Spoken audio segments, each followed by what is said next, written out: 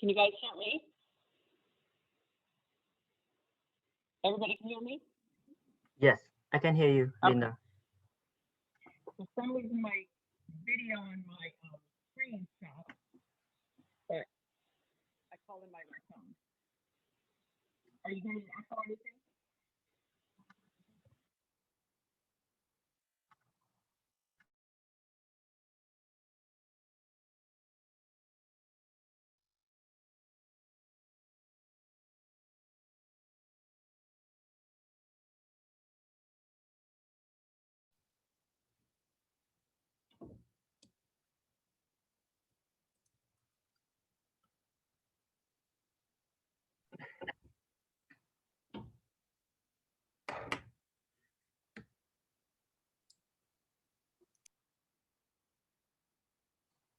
Are we losing Linda?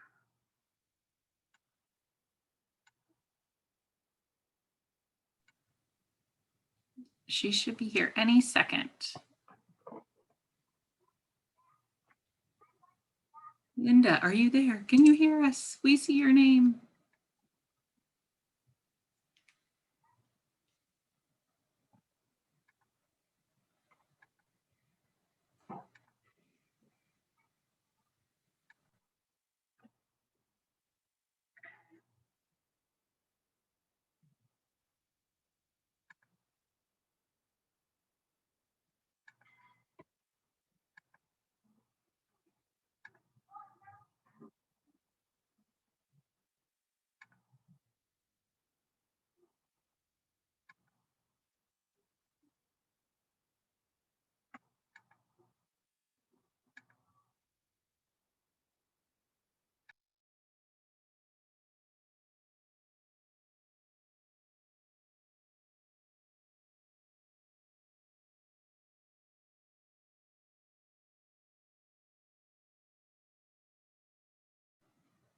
Great, it looks like a few more people are trickling in. Thank you.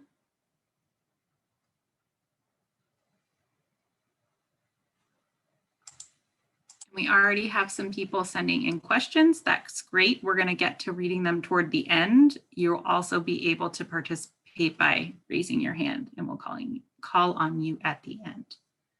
And you'll be given permission to unmute.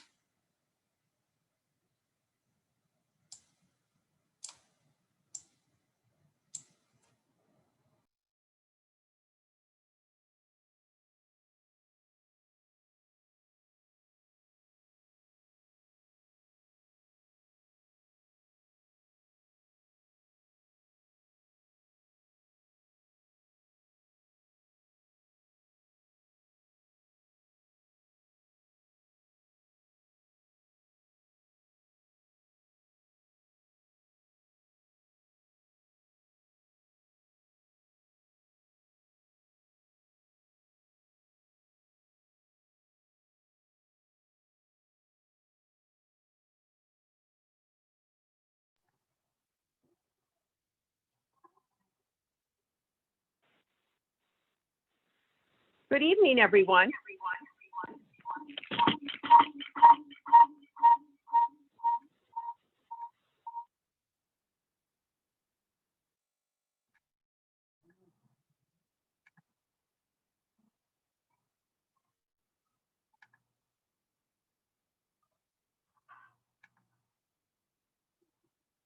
Linda, I think we lost you again.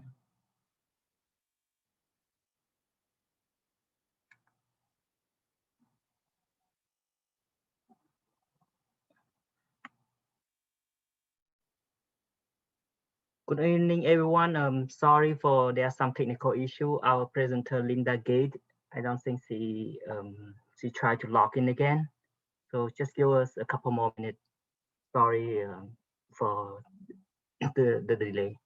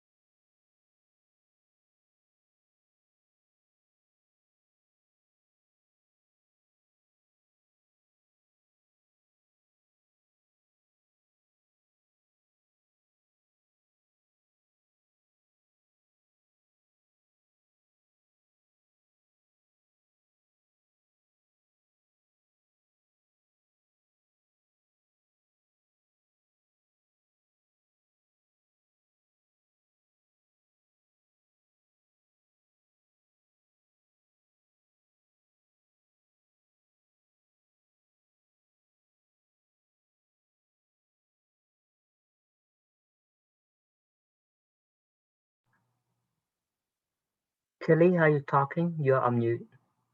Oh, thank you. I was going to update everyone. One of our co-hosts is having problems with her microphone, so she's trying to call it. Technology. Thank you for your patience.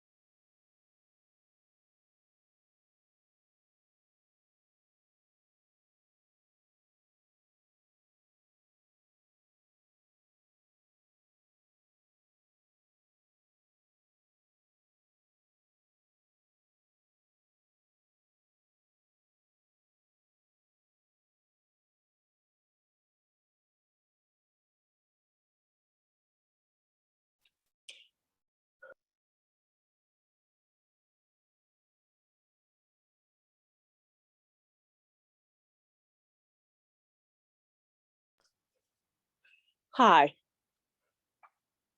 Can everybody hear me now? We can Yeah. hear you. Oh, thank gosh. Okay, sorry about that, guys. So, is everything put on the recreation programs? And then, of course, your Milpitas city staff who has shouldered a lot of work in putting together this draft master plan for you. Next slide. So you guys are all probably pretty Zoom savvy at this point in time. I heard Kelly saying that there are already some people who are sending in some questions, answers. So if you do have some questions, if you want to, put them in the Q&A box or raise your hand when we get to the end of the presentation if you have a comment. In the meantime, though, while we're giving this presentation, everybody's going to be muted so we can kind of get through it and then come back and answer all your questions at once. Thank you very much. Next slide. So the objective of the meeting tonight is to present sort of an overview of the draft master plan update and solicit your comments. You also are able to provide comments at the city's website.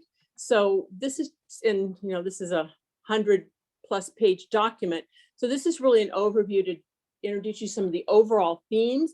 And we would really encourage you after this meeting to visit the website and kind of check out some of the pieces of it and provide us with input. A master plan is only as good as the community behind it. So thank you for joining us. Next slide. So how did we get here? So in order to do this update, first we go out and we visit all the existing park sites and we sort of do an assessment, like what's working, what's not working, the condition, the potential to maybe do some upgrades. We also do a thing called benchmarking.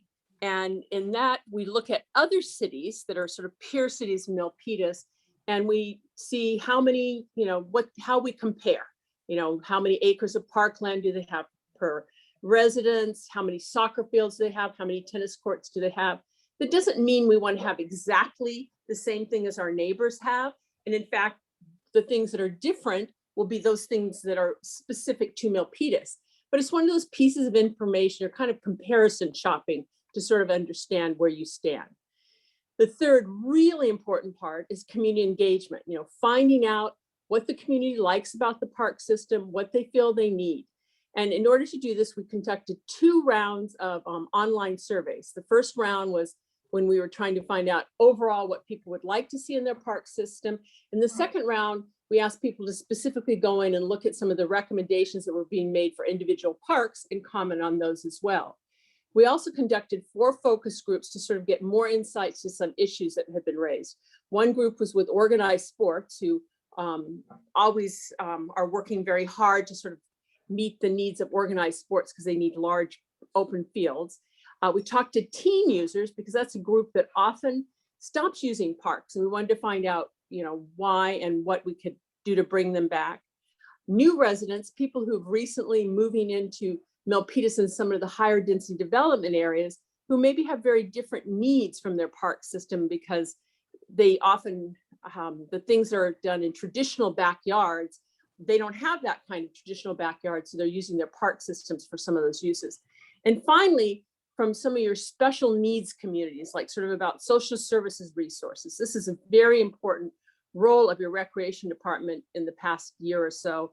And we really wanted to explore how we can better serve the community. We've had a couple of town hall meetings like tonight, and in meetings with the school district, who also plays a very important role in helping to meet the recreation programs for the city. Next slide.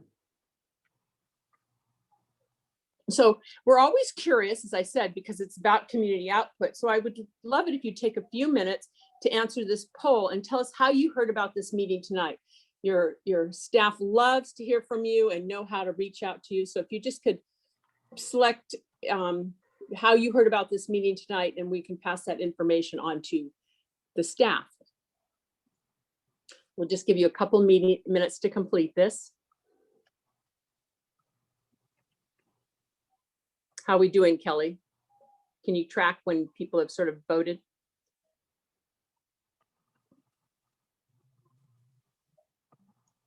Yes, we've got 90% there. Let's give you guys like 10 more seconds. Maybe someone stepped away from their computer for a minute.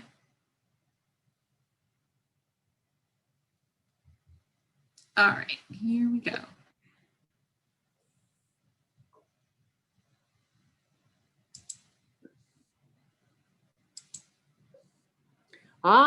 So email, that's how it works. That's kind of usually how it works for me too, but that's very interesting. And obviously the city will continue to use that as a source to communicate with you. Thank you for sharing with us. Appreciate it.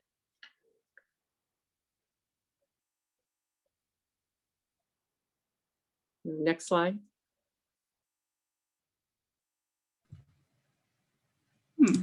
Can you still? No, I only see a black screen. Screen recording paused. Let's try that again. Can you see it? I see it. Okay. So so where are we now? So we have we've been working very diligently over the last year plus to create this draft master plan.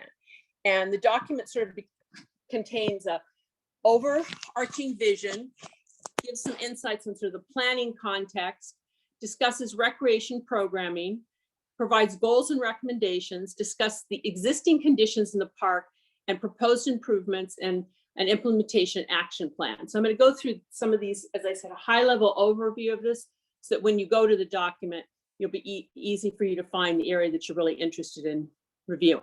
Next slide. So the vision is to create and enhance and sustain a comprehensive connected system of parks and recreation programs that nurture and inspire the Milpitas community. This was sort of came out of all the community meetings we had, where people seemed very concerned about their community, about their neighbors. They were looking for their parks for ways to art and express themselves, and wanted to really make it a comprehensive system where all residents of Milpitas felt welcome in all the parks in Milpitas. So it was just been a wonderful process working with the community, and I think this is a wonderful vision for you. Next slide. So out of this, it's very important to step back and look at the planning context we're in. So this is a document that will be implemented over the next 10, 15 years timeframe, or even further out there. So what we do is we go back and look at the original document, what's happened since the original master plan has occurred, and then we project into the future. So some of the things about the demographics since the last master plan was developed is your community has continued to age. The number of people that live in the community are getting older and older, and they look to have certain kinds of recreation amenities within their community.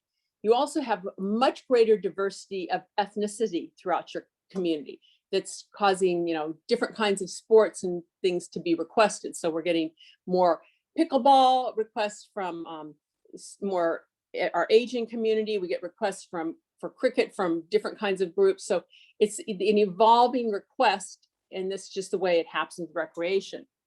A couple of other, and your population will probably grow by another 30,000 people before this master plan's life cycle is complete. So it's the kind of thing where we're looking back and forward to create a blueprint for your staff to use, as I said, as they move forward. A couple of the things we look at are some of the recreation trends that are happening in the world. I think we all have become aware during this pandemic period of how important it is to get outside and to just reconnect with nature, how walking, we meet and socially distance our friends. I don't think there's any environment that park planning can occur in that is more conducive to people appreciating the value of our park system. The whole movement towards public health and wellness, that's what they're telling us. Get your masks on, get out, get walk, your mental health. And then, as I said, the evolving recreation needs, we're seeing more demand for pump tracks and getting youth, as I said, connected with nature. So there's just some awareness of these evolving recreation trends that we wanted to unfold into the master plan. Finally, one of the things that's been really exciting for me as we worked on the master plan is that there were other planning efforts going on concurrently. And that's really wonderful because often you have two important documents in the city that were maybe developed at two different points in time. So there's conflicts between them. But because that we were doing these all concurrently, we were having a general plan update, the metro specific plan was being developed, and the bike and trail master plan were being developed. We had opportunities to collaborate and coordinate with each other on these documents to really make a more powerful kind of message that crosses all these different documents. Next slide. So one of the things that this master plan looked at that wasn't looked at in the previous master plan was did a deeper dive into your recreation programs. And recreation in programming includes programs, classes, and but also community events. You guys have a large number of outdoor community events, whether it's around holidays or around certain special interest. They also a great deal of community service. You turn to your recreation staff to find about support service in the community for housing, financial aid, for children with special needs. They have been so busy trying to nurture the Milpitas community. So it's very important that the recreation department offers more than just great parks. They offer these programs, events, and community services. So we were asked to look at how, once again, benchmarking recreation program offerings against other cities and what they're charging for different programs, what kind of programs they're offering, and such, so a better understanding of where Milpitas stands. One of the recommendations coming out of the study was to target a 40% cost recovery for the programs. This is both direct and indirect costs. So that's an overall average 40% cost recovery through fees and such. So there's some programs that we can charge a higher fee. There's more room there, which allows us to underwrite other programs that we really want to offer, but we can't charge higher fees for. So in that kind of 40% recovery will be phased in the next 5 years, which allows the department to offer even more programs because they're having this recovery target. Other recommendations were to continue the online courses as well as beginning to bring back to in-person classes. The Recreation Department pivoted very successfully to offer numerous online courses, and they're very popular, particularly because people were also talking about one of their barriers to some of the recreation programs was being able to take them in the evening and on weekends. So the online courses begin to fill that need, but as we come back, they are looking at expanding into those areas as well. So the master plan has a lot of recommendations related to recreation. Next slide. So we came up with 8 sort of overarching goals for the master plan. And these goals then permeate all the recommendations. So I was going to share with you the 8 goals and just some highlights related to those goals. So the first goal is we need to strategically grow and evolve the parks and programs to continue to provide comprehensive recreation opportunities and amenities to meet the diverse needs of the existing and future residents. So as we add more people, we need to add more recreation amenities to address the needs of that population so that the existing residents continue to be able to have access to parks and recreation. So one of the ways we do that is new development comes in, they are asked to develop parks. And if they develop, and in some cases they develop parkland that they continue to own and they operate and maintain, but is 100% available to the public to utilize that parkland. In other cases, they actually dedicate parkland to the city, but to make sure that as development occurs, they're bearing their fair share of providing parkland for the community. And as part of that, applicants meet with the department early in the design process to make sure the kind of recreation uses they're planning are the ones that the Milpitas community prioritizes. As always, the city will have to proactively look to acquire parkland, which isn't easy because the city is very built out and land is expensive, but still it's a high priority to make sure that the residents of Milpitas have adequate parkland.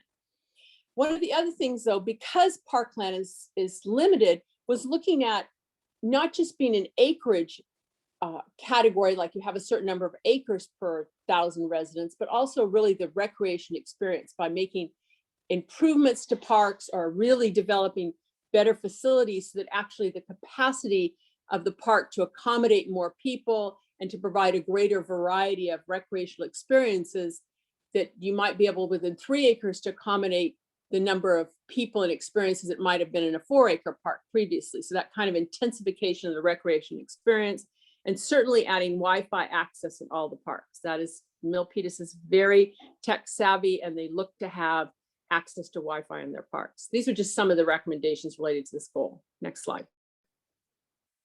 So the second goal, and this came up many times, is to create an inclusive park system. And so using the principles of inclusive design in any new park construction. So inclusive, particularly with people related with special needs, means that they and you can play parallel, that they can access the same things you can access, as opposed to you can do something and they can do something else similar next to you, but really kind of that welcoming parallel sort of, shared experiences together, enjoying that. It's a key within offering scholarships and programs at accessible rates. So the whole community is allowed to participate regardless of their income.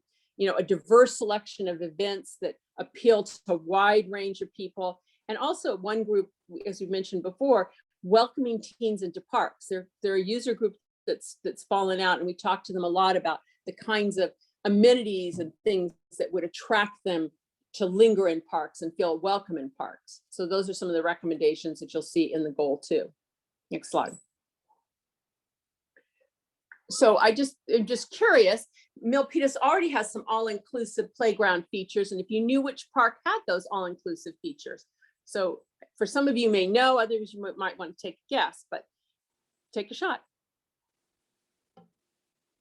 You can answer multiple choice, so you can pick more than one.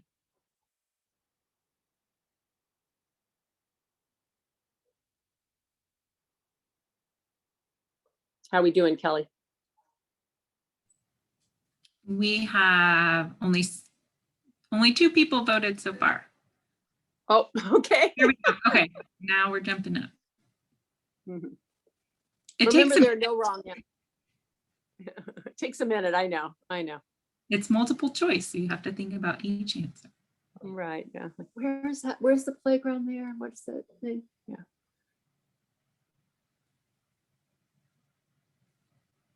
Or maybe you When I don't know the name of your park.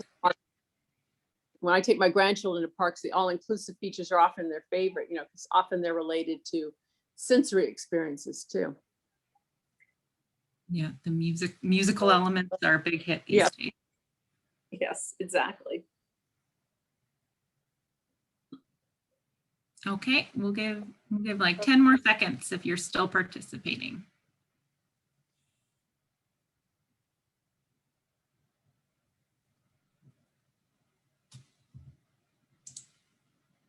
Okay, here are our results. So people think it's Cardozo Park that has the all-inclusive play elements. Interesting. Do you know which park it is?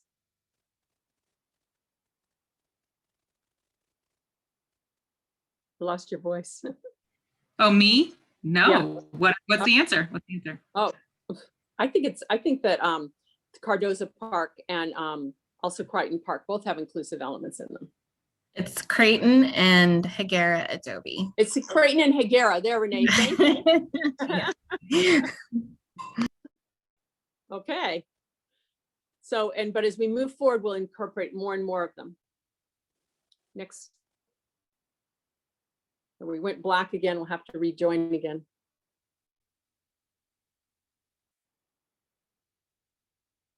Next slide. So we want to make sure we have equitable access to the park and recreation system for all residents of Milpitas. So the general plan set up some goals that people should be able to have a urban park within a quarter mile of their home or 3/8 of a mile for a neighborhood park. And the city will continue to strive to maintain that. They also, as we look at special amenities like dog parks, community gardens, other things, want to make sure that we get parity across the 4 quadrants, so that not all the activities are located in one portion of the city, but that we're balancing across all the quadrants. So we're working as an overall city. And then certainly enhancement of the trail system. I mentioned the bike and pedestrian master plan was being done concurrently. And we looked at ways to sort of take segments of the trail and actually make them even more park-like by adding seating areas, group exercise stations, public art and such, so that trail experience is not just the journey, but the journey in fact is the experience. So those are just some of the things we talked about under equitable access and some of the recommendations. Next slide. So provide community health and wellness. So this, as I mentioned before, it's sort of a really underlying part of the master plan, and that wellness isn't just about physical activities, but it's creating, place to have social interaction for mental health, connections to nature. These things are all so important. So some of the recommendations related to that was providing like windbreaks and shade structures so people use the parks year round. Teens mentioned a lot of their use in parks is actually in the summer when it's hot, so they need that shade. We want to have amenities that range of fitness levels, so you don't have to be, expert or super athletic to actually enjoy being in the park. Places for casual social interaction, so places that you can just stroll and meet friends and have interaction in your daily life, as well as places to host family events and gatherings. And to constantly be aware of the evolving Milpitas recreation trends. I mentioned, pump tracks are super popular. We need to find places for cricket fields and stuff. So to keep up with sort of the evolving recreation needs, to continue to get people outside for their health and wellness. Next slide. So what are the top 2 most requested sports amenities to add to the park system? So I've given a little bit of hint on this as I've gone through this presentation.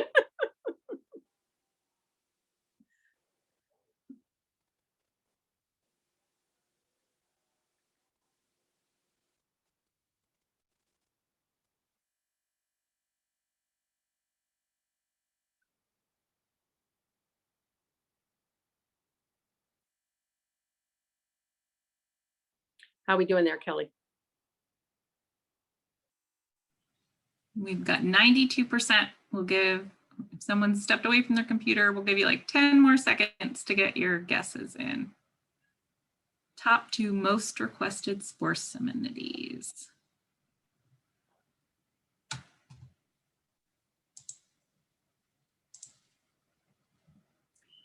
I guess people knew. Yeah, cricket, football courts and cricket pitches.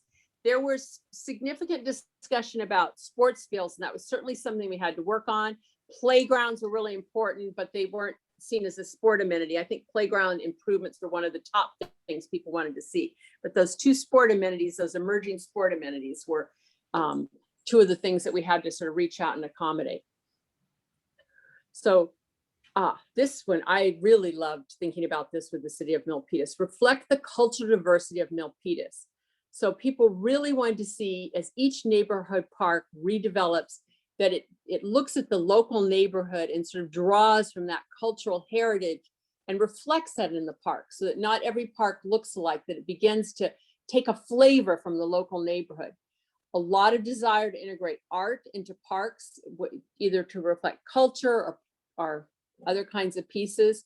And then outdoor performance opportunities. People like the idea of small spaces that you could maybe have, you know, impromptu kind of performances, little, you know, Girl Scout sort of performances, as well as larger performance. But the idea that art and culture is expressed through the park system was, that emphasis was very uniquely Milpitas.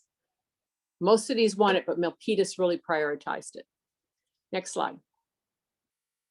And then essentially, you have to continue to expand your partnerships with other public entities. I mentioned before that parkland is very expensive to acquire in Milpitas, and Milpitas has very successfully collaborated with the Milpitas School District to help meet some of their, you know, ball field needs, and will continue to do that, and even look at expanding those kinds of collaborations. It's only fiscally responsible for public agencies to work together to meet the needs of their community. And they're going through it, particularly with some of the special programs and such. There are a number of local organizations and nonprofits who felt like they could offer programs that could supplement some of the programs the Milpitas Recreation Department already offers. And then finally, to continue to work with the Santa Clara County Parks Department to expand sort of the recreation opportunities at Edward Levin Park. We already have a dog park up there, and to sort of look at what other opportunities can evolve. But this is just part of moving forward. Milpitas needs to be always looking to create partnerships to offer more to the residents. Next slide. Goal 7, advanced management and stewardship of an environmentally resilient park system. I think we've all realized in the last decade the ideas of being more sustainable, conserving water, you know, conserving energy, you know, landfill issues and such. So the city is already incorporating many sustainable practices and just continue to always incorporate sustainable practices in their park system. Looking for stewardship opportunities, organizations that might want to participate in cleanup days or nurturing of a special ecological systems and such. And then continue to invest in facilities that are low maintenance because they're using high quality materials. So thinking when they're building something, it's not just the initial cost, but the long-term cost, and make that initial investment up front to have a long-term investment. So those are just some of the recommendations associated with this goal. And finally, the 8th goal is to utilize a diverse palette of funding resources. So currently, the city is able to use some park impact fees that are associated with new development to make improvements to some of the existing parks, but really looking at the ability to expand that capacity. We've already talked about cost recovery goals, looking at some alternative funding sources, whether there's some new tax measures that are available or different kinds of things, because what you need is a reliable funding source. There are, you know, millions of dollars of improvements that the master plan recommends, and unless we sort of look at a predictable funding stream, it's very hard for the staff to move forward implementing them.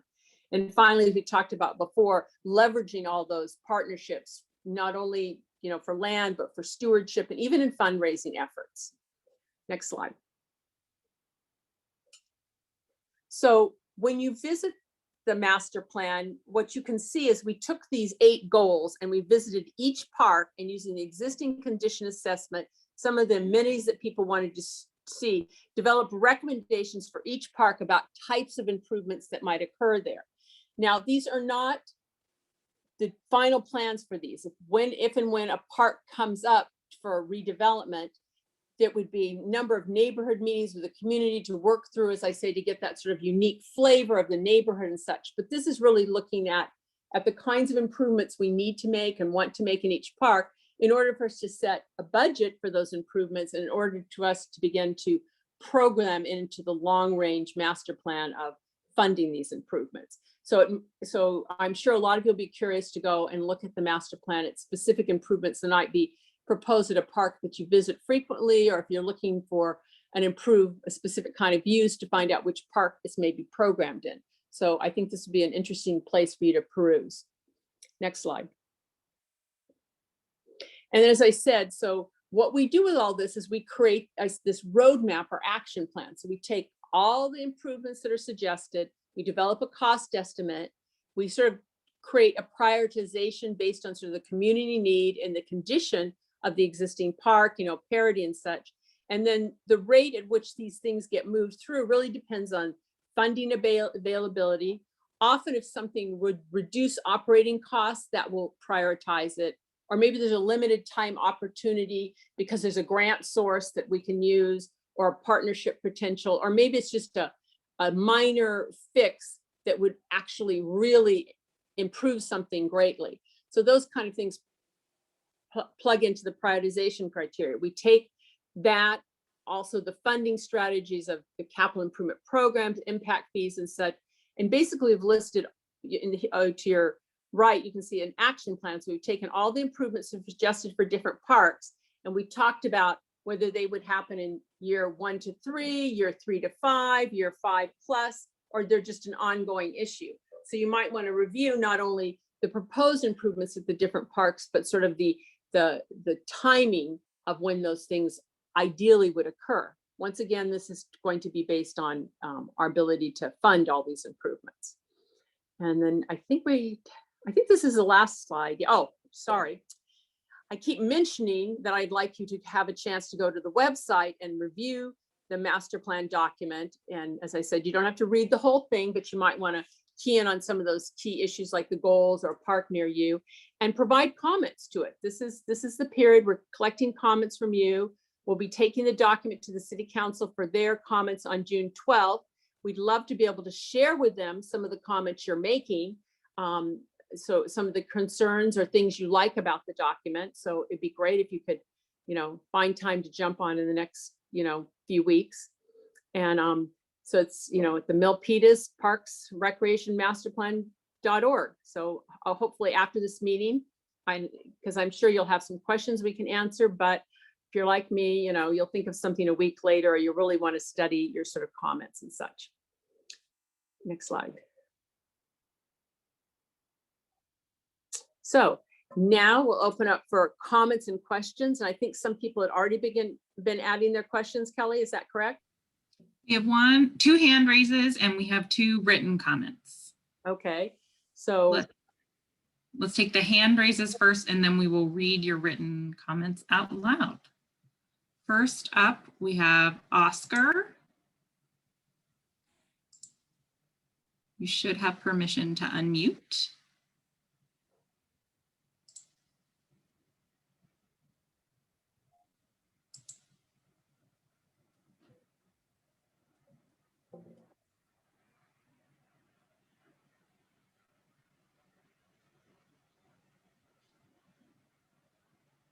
Okay, John C., you're next. Oscar, we'll give you a minute and come back to you. John C., if you're ready, you should be able to unmute. Yes, can you hear me? yes, Good evening. I have, with a few more later, but There was a comment earlier on about the demographics, and Mhm. I think the observation was that we have an aging community. I sort of recognize that with probably 75% of the existing city, but with the high density buildings around the task force and the BOT station, I would imagine actually that it's not going to be an aging community, and there's essentially a large population of younger families that need to be considered. That's number one. Number two, and this is a quick question, but an important one. You talk about the linkage between the parks.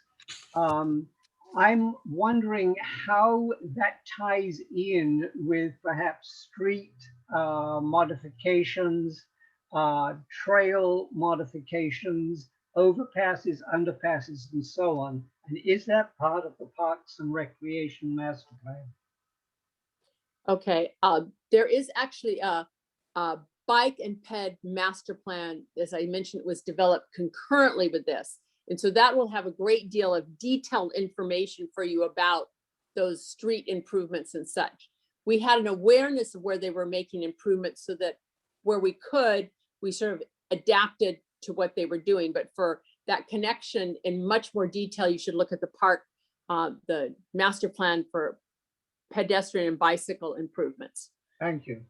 And then the new people moving into the communities, yes, I think you're going to, and as you look at it, we have a little more detail of the demographics because you're going to get some young families moving in. So you get young children and an aging population as well. And you just keep monitoring it. One of the things you learn in a park system is you have to stay flexible. And as those new developments occur, the parks that will be created with that, they'll work with the Park and Recreation Department to make sure that the demographics that are moving into those new communities, the parks there are meeting those demographic needs, because that's what you have to do. And yes, I think we believe that will happen. We'll have to see if that's what happens. Thank you. And then did Oscar come back? Yes, I'm here. Can you hear me? Yes. Thank you, Linda, for the presentation. Looks great, but I have a big concern. I live very closely to Synod Park. Mhm. Synod Park has been on, it was mentioned to me that in the previous action plan was on the last year or something. We're moving into a new plan and nothing has been done to Synod. It's really it's unhealthy, corroded. And if we are moving and thinking about plans to make Milpitas greater, we cannot have parks who are in bad shape. I live very close to two other parks that were in very, very good conditions and they were renovated, Hillcrest and Bent Rogers. But the park at Synod was not touched. I am really concerned. I cannot take my granddaughters over there because it has many bad conditions. That includes not only the condition of the playground, corrosion, but it's so filthy, and the aging equipment that exists over there, plus the lack of attractive environment. By that I'm saying lack of lighting, you name it. I'm concerned that moving forward into the new plan, not taking care of the previous one, that there were some remodeling elements for the end of the cycle. The cycle is over and now we're moving into a new one. What can be done regarding that matter, Linda? Well, once again, this is an update to the last master plan. So we had an awareness of the things that were slated for an improvement but didn't get completed. So as we looked at the next, action plan, that was one of the factors that was considered in there. I don't remember offhand. I'd have to look at the action plan where Synod Park is. You might want to go into the document and see where they're proposing to put it, but it's not like we're starting over. This is an update. So it's sort of like, a reassessment. So it doesn't mean you go to the end of the line again. We took sort of the understanding from the last master plan and use that as a foundation for the update. So I would suggest you go and look at sort of where it's falling out on the action plan and see what the recommendations for improvement there, and provide comments into the comments on that on the city's website. Because I think it is true. There are a number of parks that, once again, that's why I say a priority is a steady funding source, so we can move through all these improvements. Thank you. Thank you. If we can see, if I can go to the website, and that's where I can look. Yeah, at document is there. You can look at and you can go to the document. It's a big document, and you can look at what's proposed for Senate Park, and then you could look at the action plan and all the different improvements. What place it got slotted into. This is it's just a roadmap. It's not a definite anything. Once again, it's completely funding, and who could have predicted COVID? We didn't do any improvements in the last year, right? But thank you, Linda. I just mentioned it. Hillcrest and Ben Rogers were done in the last 4 months, and those parks were in good shape, and then they remodeled completely the playground. And I don't want to use any negative comment, Linda. right. I really very pleased about Milpitas and how we all work together. But just as an info, the Senate Park has 2 sides. One is the one who faces middle income houses, and the other one faces low rental houses or apartments. And I'm concerned that it looks to me that it was a priority to an upper class Hillcrest, Ben Rogers, rather than this park that is more populated, but for a diverse community comparing to the other ones. I just wanted, I'm not saying that it was done on purpose or anything like that, but to keep an eye of needs, community needs, when we put in the cycle, to be sure that we address every community. I think that's a good comment, and we heard that perpetually through our outreach, and that inclusivity, that fairness, so I think that is a belief of the Milpitas community. I really felt that, that idea of nurturing and such. So yeah. Thank you. And then we have a couple of questions that were written in. One was about Senate Park. So is this Davia? She wanted to know when we're looking to update Senate Park. It's been in running for long, but nothing so far. So we just discussed that. And then we had another question. Can we have another drinking water facility installed at Murphy Park? The one closer to the restroom is never clean. Lots of littering around the restroom makes it unhygienic. Preferably closer to the kids' playing area would be great.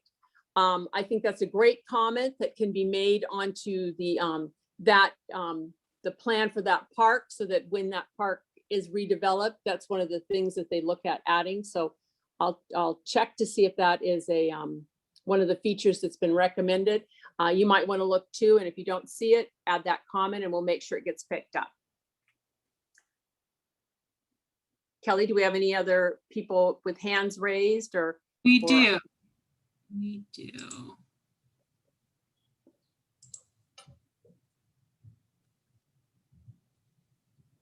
Divya, if you want to go ahead. Hello. Hi. So I want to second what Mr. Oscar just talked about Senate Park. And just to add to it, like I'm kind of scared to take my kids there because like in the sand, we have seen broken bottles of glass. Like, it's just there's glass pieces in the sand, and like sometimes I've even seen like beer bottles on the play structures. And in fact, because of the poor lighting there, it's like generally if it gets a little dark, or even before that, it's like I've seen people do things which I think kids should not be around. So that's why I just want to push that, it's like, as he mentioned, that the parks, which were already in pretty good shape, they were done first compared to this park, which really, really needs to be updated, you know, before we take on something else. Well, you have some So- members of the city on this Parks Department on this Zoom, and they are hearing what you're saying. And we'll take it to heart, I know, because they have been taking everything that people have been saying to heart. So hopefully we'll have the funding to move forward with that. Yeah, hope so. Yeah. Thank you. Okay, thank you. Thank you.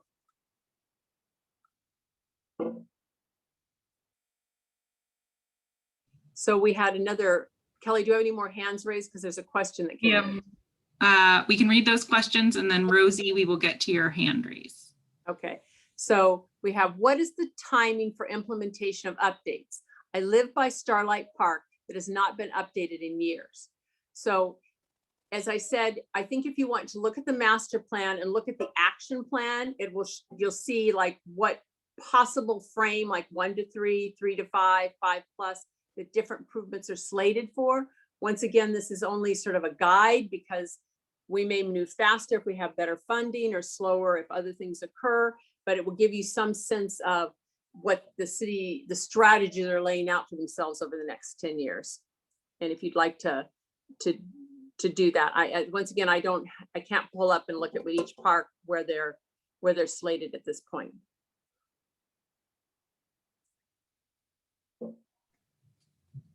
And we also have a write-in question that says, can we have permanent pickleball courts in one of the Milpitas parks? Thank you. We're definitely hearing about pickleball. You're in line with the top 2 requested amenities. Okay, Rosie. Oh, it says you are not available because you're using an older version of Zoom. Rosie, are you able to type your question and we could read it? Or here, I might be able to promote you to panelist and you can talk. Welcome to the panel. Are you able to unmute, Yes, Rosie? can you hear me? Yes. Oh, my apologies. Sorry. I have I need to upgrade my computer. Hi, first and foremost, thank you guys for hosting this town hall. Oh shoot, I didn't know I was gonna be on camera. Apologies. I'm here representing organized youth sports in Milpitas, particularly softball and baseball. I just wanted to thank you guys for hearing everybody's needs and concerns. I agree with what Linda was saying earlier about, you know, post-pandemic, outdoor space is a hot commodity now, right? It's probably where one of the only places that we can be out and socialize safely. So I think what I'm seeing as in our league, we run a softball league and our numbers are growing immensely. I think that a lot of that does stem from the pandemic, and it was interesting to see that because we were thinking it would be the opposite. I think our numbers are growing because maybe kids who were doing indoor activities are now their parents are now looking to move them outdoor post-pandemic. So I do think that is something to consider because a lot of youth sports are going to be growing. And I also think that the age, I agree with the other gentleman who was talking about the age. I know in our league particularly, which is PAL softball, we have our five teams of 5 to 6 year olds, and it's the most we've ever had, which means those 5 and 6 year olds are going to grow up and turn 7, 8, 9, 10, 11. They're going to probably keep going. So that's exciting. It's also good to note because I think there are a lot of young families and young kids that are in Milpitas, and I know that the numbers don't quite seem to reflect that, but just from what I've seen, there's a lot of young kids out here, young families. Also, I wanted to touch on the joint use agreement. As our demand for parks and recreation and open spaces are going to be in demand post-pandemic, even more so than before. Joint use agreement is probably critical because, like you said, it's expensive. There's not a lot of land here in Milpitas. It's what 2 exit town, so it's not that big. So joint use agreement is probably something that I think is going to be key to getting all of this and everybody getting what they think they need and accessibility. So I don't know, but I had more of a comment, but I guess I do have a question. As far as the joint use, will there be further meetings or further town halls regarding that with like the school district? And I also had one more question about, I didn't get a chance to read all through the plan, but I didn't know, was there a plan for a dog park? I do know that. We lost you. You're muted. Rosie, you muted. It doesn't show you're muted. We just can't hear you. Rosie?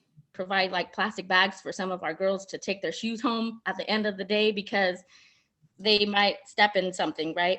So, so I just want to know what the plans were for that, because I think that would be great if we had dog parks so that people wouldn't use the softball, baseball fields for dog parks. But thank you guys, appreciate it. Thank you. And I know that the city is continuing to work with the school district, and Renee chats with them fairly regularly about some joint use agreements and such, because they recognize that importance. And dogs, yes, I think dog parks are an issue, and everybody went out and adopted a dog during the pandemic. So there's even more demand for that. Yes. So yes, dogs are one of our constituents, that and small children that are beginning to come back into the world, so yes. That's one. We're going to have another baby boom post-pandemic. Maybe. Thank you. Thank you. We got any more people with hands raised, Kel? No raised hands at this time or questions. So I would really encourage you guys to ask your friends and neighbors to go online, and you don't, as I said, you don't have to read the whole document. You can flip through and say, what's going to happen at this park or what's happening in that, and sort of provide comments to us on that so we can incorporate those in. And as I said, we love the comments we get because it's how we make this really right for Milpitas. And when it fits, then it happens. So yes, and let your friends know this is a really exciting thing. And if you would like to join us on June 12th, we're going to have a city council sort of update, and I'm sure they'd love to hear from you as well. Linda, one correction, it's June 15th. June 15th. Oh my goodness, so sorry. Thank you, Leah. Yes, No, Kelly, no make problem. sure. Oh, so everybody there, it's June 15th. We will update the website with that date as well. We will also be recording and sharing this meeting. So if you do have friends that would like to hear us walk through the goals or what Linda was discussing, they can watch the meeting. Yeah. And I want to extend so much appreciation to the community in this sort of interesting time we've been in, how they participated in the virtual outreach and really, given us their insights. We didn't know how it would work when we started out, and we're really, really happy with the input that we received along the way. It's been very instrumental. So thank you so much. Oh, we have one more hand raise. Okie dokie. Oh, two more. All right. Oh, wow. All right. I'm going to try my best to pronounce your name in Suya. Yeah, Suya. So just one question about the construction works going on in the Rancho Middle School Park. So what's going on there? Liak, do you know the answer to that? I don't know. Michael, do you have any ideas? I do. It's Renee. So they're doing field renovation projects at Rancho. So it's a school district project, not through the city. Sorry. See, Renee's always talking to that school district. Oh, okay, thank you. Okay, John C., if you would like to unmute yourself. Kelly, I don't know whether you have this statistic. I would be interested in knowing how many people actually tuned in this evening. Kelly, do you know how many people? When we started, we had 55 registrants. At the max, there were 11 attendees that I saw, but people could poke on and off. But everyone that's registered for it will get a email asking them to watch the recording and participate in the website. But please share if you know anyone else that would be interested. Thank you.